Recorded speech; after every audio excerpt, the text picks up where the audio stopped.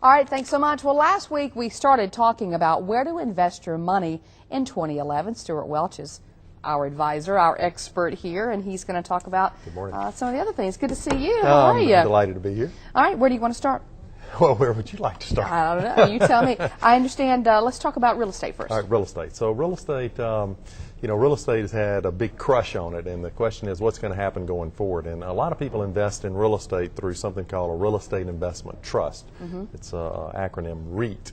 And the question is what's that going to look like going forward? And I think there's reasons. So you're talking about people who use real estate as an investment, well, and not this just is buying a a home, right? This is not buying a home, so we're really talking about something, a different set of investing in real estate, and this is where people actually invest in real estate through a mutual fund, a real estate investment trust.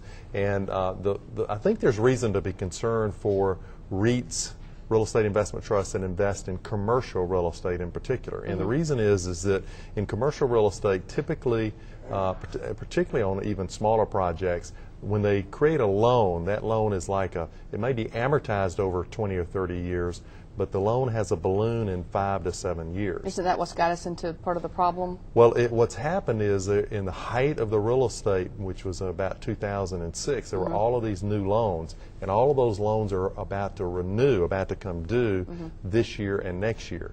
And the question is, what are the banks going to do? The banks say they're lending money, but the reality is the banks aren't lending money. Their restrictions are very high.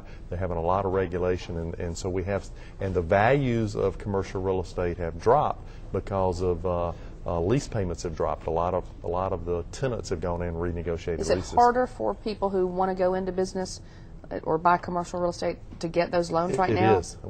I was involved in a case where we were trying to get a loan, and the bank just said, we're not making those kinds of loans. Wow. And it was a commercial real estate loan and had really solid backing in terms of guarantees and so forth. But isn't that where we need to be headed eventually? It is what we need to be doing, but it's just not what's happening. So I have some concern about that. Apartment REITs I think have a little brighter future, and that's because unemployment and the difficulty of getting financing for housing has pushed people into apartments. All right, let's run over the other two, commodities and gold. We see those commercials all the time about buying gold. So commodities in general, I think, are on the upswing, and that's because the economies are beginning to improve, particularly the emerging economies where you're talking about China and Brazil and India and Russia.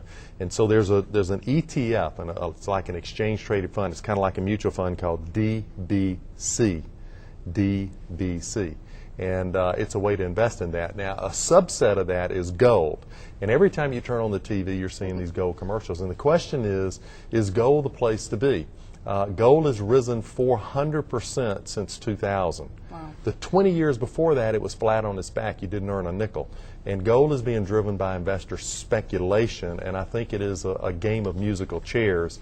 And if you're going to play that game, you better have either an exit strategy or you better have a really long-term plan in terms of holding gold. So you're not really keen on buying gold right now, maybe selling it if you had it. I'm very cautious on it. All right. That's his advice for today. You can get more at his website, too. Thanks a lot. All right. The Welch Group. .com. Stuart, it's welchgroup.com. Welch Group. Okay. Thanks, Stuart. Good to see you. Well, today we are talking about fabrics in your room. We talk about our decorating segment today. How many patterns can